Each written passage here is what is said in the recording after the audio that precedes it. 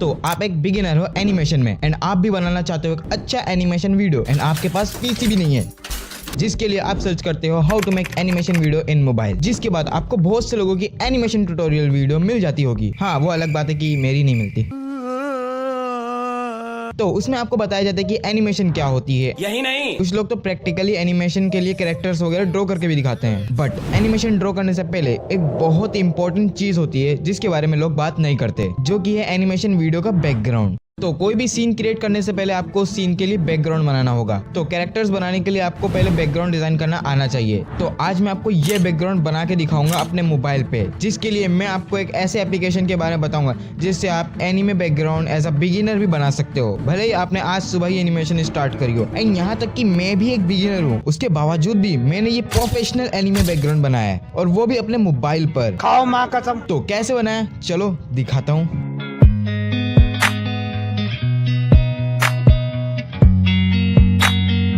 तो मैं आपको step by step background draw करके दिखाऊंगा, जिसमें मैं rough sketch, outlines, colours, highlights and in the and में एक ऐसी स्पेशल और इम्पोर्टेंट चीज ऐड करूंगा जिससे बैकग्राउंड में 4 चांद लग जाएंगे। और ये ट्रिक बड़े बड़े एनिमेशन यूट्यूबर्स भी यूज करते हैं। तो पहले स्टेप के मुताबिक हम पहले रफ स्केच बनाते हैं। तो बैकग्राउंड बनाने से पहले कहीं से आप रेफरेंस ले लो अपने बैकग्राउंड का, यानी कोई बैकग्राउंड इमेज को डाउनलोड कर लो और उसके मुताबिक ड्रॉ करो। क्या कर रहे हैं यार तू? आपको जस्ट रेफरेंस लेना है, इसका मतलब ये नहीं कि वही इमेज को ही छाप दो। तो मैंने इस वीडियो के लिए ये रेफरेंस लिया है। तो चलो बैकग्राउंड को ड्रॉ करते हैं। तो यहाँ से आप ब्रश चूज कर सकते हो। तो मैं यूज करूंगा ये रफ लेआउट पेन का, जिसको आप रफली ड्रॉ करने के लिए यूज कर सकते हो। तो पहले मैं बनाऊंगा एक वॉल, जिसके लिए मैं सबसे पहले एक लाइन ड्रॉ करूंगा एंड उसके ऊपर भी एक और हॉरिजॉन्टल लाइन ड्रॉ करूंगा एंड कुछ इस तरह वर्टिकल लाइंस ड्रॉ करके वॉल ड्रॉ कर दूंगा। नाउ इसी तरह मैं स्टेप बाय स्टेप ड्रॉ करना शुरू करूंगा। लाइक मैं पहले हाउस की रूफ को ड्रॉ करूंगा, तो कुछ इस तरह की रूफ बनाऊंगा जैसा मैंने रेफरेंस में देखा था। एंड आप परफेक्ट तो शायद नहीं ड्रॉ कर पाओगे, बट क्योंकि ये रफ वर्क है, परफेक्ट बनाना जरूरी भी नहीं है, बट आउटलाइंस आपको परफेक्ट बनानी होगी, जिसके लिए मैं आपको कुछ ऐसे टूल्स के बारे में बताऊंगा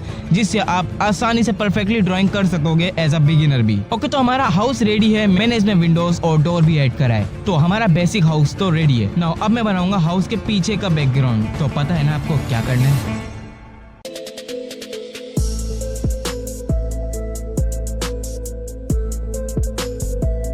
तो हाउस में अपनी तरफ से ऐड कर रहा हूँ, ये किसी रेफरेंस से नहीं लिया गया है। तो क्या नाचो मैं? तो हमारा एक रफ सा स्केच रेडी है। ये टट्टी किसने की है? अब इस पे हम लोग करते हैं फेयर वर्क यानी आउटलाइंस। बट कैसे एक बार ड्रॉ तो हो जाएगा, लेकिन इस पे कलर करने में बहुत टाइम लगेगा। लेकिन मेरे पास उसका भी एक इजी तरीका है। तो उसके लिए आपको नाउ गाइस इसकी फेयर आउटलाइंस को ड्रॉ करेंगे, लेकिन उससे पहले मैं आपको याद दिला दूं कि मैं आखिर में एक स्पेशल फीचर का यूज करूंगा जिसके बगैर बैकग्राउंड कंप्लीट ही नहीं हो सकता। तो क्या है वो स्पेशल फीचर, वो आप आगे देखो। तो आप आउटलाइंस के लिए एक और न्यू लेयर क्रिएट करो, देन इसका नाम रखो आउटलाइंस। देन रफ वाली लेयर की ओपेसिटी को कम कर दो, लाइक 20 से 30% कर दो। नाउ अब मैं यूज कर रहा हूँ डिप एंड हार्ड का। तो वैसे नॉर्मली ड्रॉ करना तो हार्ड पड़ जाएगा, इसलिए मैं यूज कर रहा हूँ इस लाइन वाले टूल का, जिससे आप बड़ी ही आसानी से लाइन लाइन ड्रॉ करके ट्रेसिंग कर सकते हो। तो जल्दी से ट्रेस करते हैं।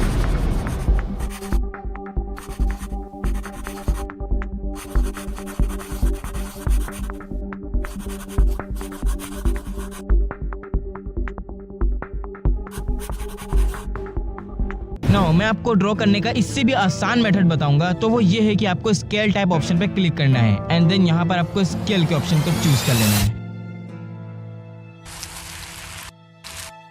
एंड यस, आप इसे स्ट्रेट लाइन भी ड्रॉ कर सकते हो। तो अभी मैं वॉल बनाने के लिए स्केल का यूज करूंगा एंड विंडोज डोर वगैरह के लिए भी स्केल का ही यूज करूंगा। एंड आप स्केल को रोटेट भी कर सकते हो।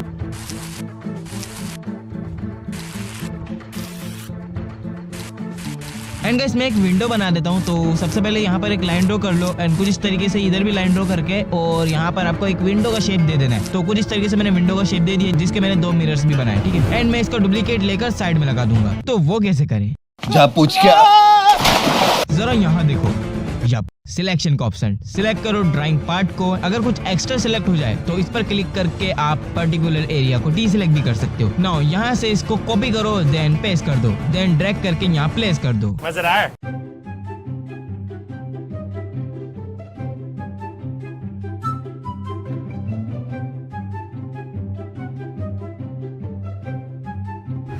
एंड सिमिलरली मैं बैकग्राउंड के हाउसेस पर भी ट्रेस कर दूंगा। नाउ मैंने हाउसेस तो बना दिए, लेकिन इन हाउसेस में इलेक्ट्रिसिटी भी तो आनी चाहिए। तो अब मैं हाउसेस में लाइट बल्ब वगैरह नहीं बनाऊंगा, हम लोग बाहर एक खंबा बनाएंगे। तो पहले खंबे का रफ स्केच बना दो, जिसके लिए मैंने न्यू लेयर क्रिएट करी थी एंड रफ लेआउट पेन का यूज करके ड्रॉ करा है।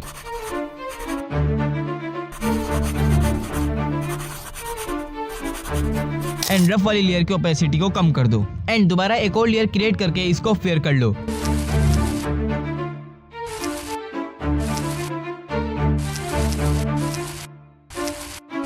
एंड वायर्स को भी ड्रॉ कर लो, जो कि थोड़ा मुश्किल हो गया था।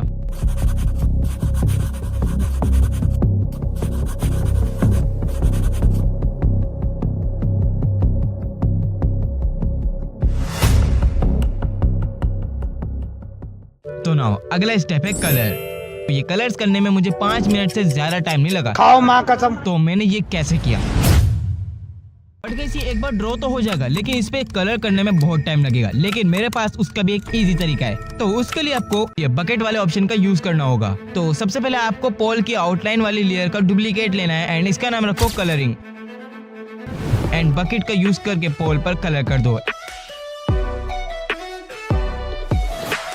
एंड इसी तरह मैं हर जगह पर कलर कर दूंगा। मतलब हाउस वाली लेयर का भी डुप्लीकेट लो और उसका नाम भी कलरिंग रखो एंड हर घर को भी पेंट कर दो। एंड थोड़ी सी कॉमन सेंस का भी यूज करना है। मतलब मैंने सनलाइट को लेफ्ट कॉर्नर से इमेजिन करिए, तो मैं हाउस की राइट साइड पर थोड़ा डार्क कलर करूंगा, तो सिंपली डार्क जगह पर डार्क कलर कर देंगे। एंड इसी तरह ग्रीन कलर को भी मैं कर दूंगा।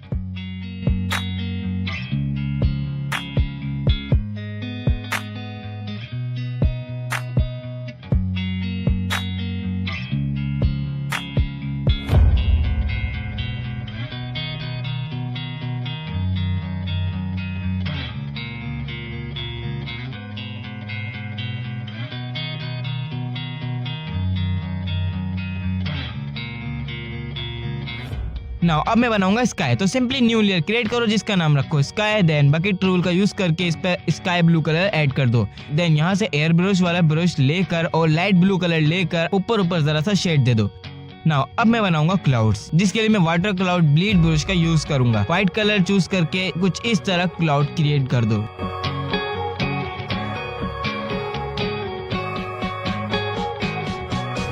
तो इस तरह हम कलर कर सकते हैं इजीली। जोर जोर से बोल के लोगों को स्कीमें बता दे। बट अब मेरे को ऐड करनी होगी हाइलाइट्स या शेडो, लेकिन ये सब ऐड करते हुए कलर ऑब्जेक्ट के बाहर निकल सकता है। एंड हाइलाइट्स छोटे छोटे एरियाज पर होती है, जिस वजह से हम बकेट का भी यूज नहीं कर सकते। ये फंस गया सीएम। तो इसके लिए मैं एक बेस्ट टूल का यूज करूंगा, जो कि थोड़ा स्पेशल भी है, जो कि है क्लिपिंग टूल।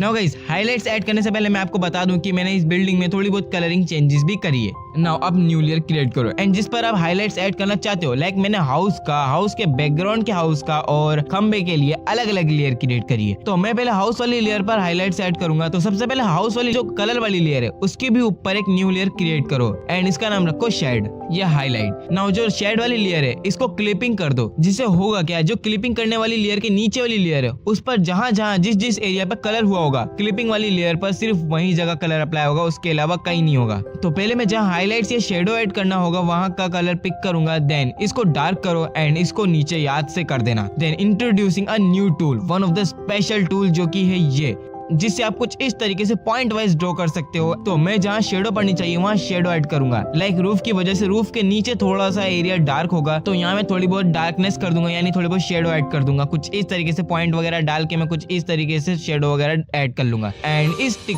पर क्लिक करते ही आप ड्रॉइंग को कंफर्म कर सकते हो।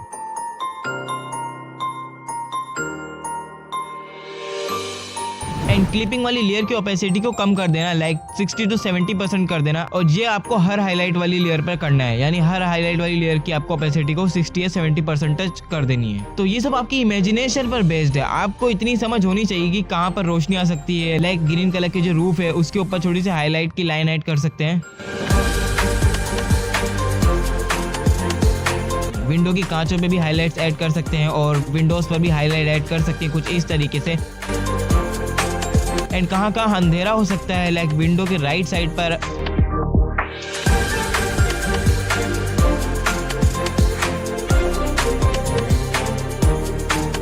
डोर के नीचे रूफ की वजह से, एंड लास्टली विंडो में।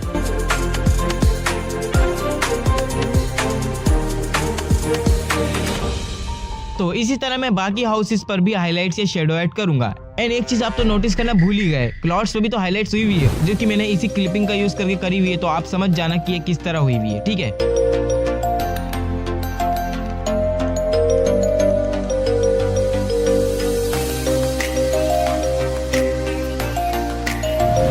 एंड इस घर के रूफ में मैं कुछ इस तरह हाईलाइट्स और शेडो दे रहा हूँ। एंड आप इस तरह भी दे सकते हो, या आपके पास अगर कोई और आइडिया है तो उसका भी यूज कर सकते हो।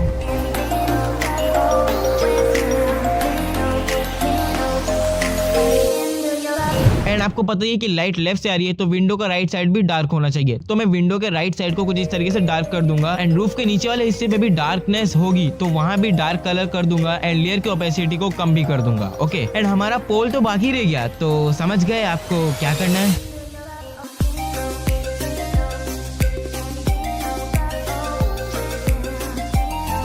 तो इसी तरह मैंने पोल पर भी हाईलाइट्स और शेडो को ऐड कर दिया है। एंड मैं यहाँ पे एयर ब्रश लेके थोड़ा सा इसको फेड कर दूंगा ब्लैक कलर से और व्हाइट कलर से, जिससे थोड़ा सा रियलिस्टिक और लगेगा, जिससे शेडो फेड के रूप में रहेगा, एक लाइन के रूप में नहीं रहेगा। एंड इससे पोल थोड़ा 3D भी लगेगा। नाउ अब बारी है वो स्पेशल ऑप्शन की, जिससे बैकग्राउंड में 4 चांद लग जाएंगे। एंड इन दी एंड मैं एक ऐसी स्पेशल और इम्पोर्टेंट चीज ऐड करूंगा जिससे बैकग्राउंड में 4 चांद लग जाएंगे। तो वो स्पेशल ऑप्शन है ये क्या है? ये तो मैंने पहले भी यूज किया था स्काई पर शेड करते वक्त। एयर ब्रश वाला ब्रश लेकर ऊपर जरा सा शेड दे दो। तो मैंने इसको उस वक्त स्पेशल क्यों नहीं बोला? तो ये अभी स्पेशल नहीं है, इसको स्पेशल बनाना होगा, जिसके लिए टॉप पर एक न्यू लेयर क्रिएट करो और ये लेयर एकदम टॉप पर होगी, ठीक है। देन इसका नाम ब्लेंड रख दो। एंड इस लेयर को सिलेक्ट करके इधर नॉर्मल पर क्लिक करके ऐड पर क्लिक करो। देन एयर ब्रश को सिलेक्ट करो, ओपेसिटी कम कर दो। नाउ आपको एयर ब्रश से पूरी फ्रेम पर ड्रॉइंग कर देनी होगी। देन ओपेसिटी को थोड़ी सी बढ़ाकर लाइन टूल का यूज करके इस तरह सनलाइट को भी ड्रॉ कर सकते हो। एंड अपना बैकग्राउंड तो टोटली रेडी हो चुका है, बट एक लास्ट में एक बोनस टिप है जो मुझे एडिटिंग के दौरान याद आई। तो यहाँ कॉर्नर पर आपको एक इमेज का ऑप्शन दिख रहा होगा, तो आपको वहां जाना है एंड देन आपको सर्च करना है ट्री। एंड यहाँ से एक ट्री को ऐड कर लेना है एंड इसको अपनी मर्जी से कहीं भी सेट कर देना है। एंड ट्री की लेयर को ब्लेंडिंग वाली लेयर के नीचे ले आना है, और ट्री को नहीं बल्कि हर लेयर को, क्योंकि ब्लेंडिंग वाली लेयर टॉप पे रहेगी, ठीक है। तो मैंने इसको हाउस के पीछे सेट कर दिया है। ऑल्सो आपको यहाँ पर सर्च करना है ग्रास, एंड ग्रास वाला ब्रश को सिलेक्ट करना है एंड ग्रीन कलर को चूज करके ग्रास को ड्रॉ कर देना है। एंड साथ ही थोड़ा डार्क ग्रीन कलर लेकर इसके ऊपर ट्रेस कर देना है, जिससे एक शेडोइक टाइप की फील आएगी। एंड अब फाइनली हमारा बैकग्राउंड रेडी है। एंड अब मैं ये स्पेस का एस्थेटिक बैकग्राउंड बनाऊंगा, जिसमें मैंने ये प्लेनेट सिर्फ 10 सेकंड में बना लिया। मतलब इतनी डिटेलिंग मैंने सिर्फ 10 सेकंड में कैसे ऐड करी। बट गाइस, इसके लिए आपको करना पड़ेगा थोड़ा सा वेट, क्योंकि इसके लिए मैं एक नेक्स्ट पार्ट बनाऊंगा जिसमें मैं आपको फुल डिटेल के साथ ये बैकग्राउंड बना के दिखाऊंगा। तब तक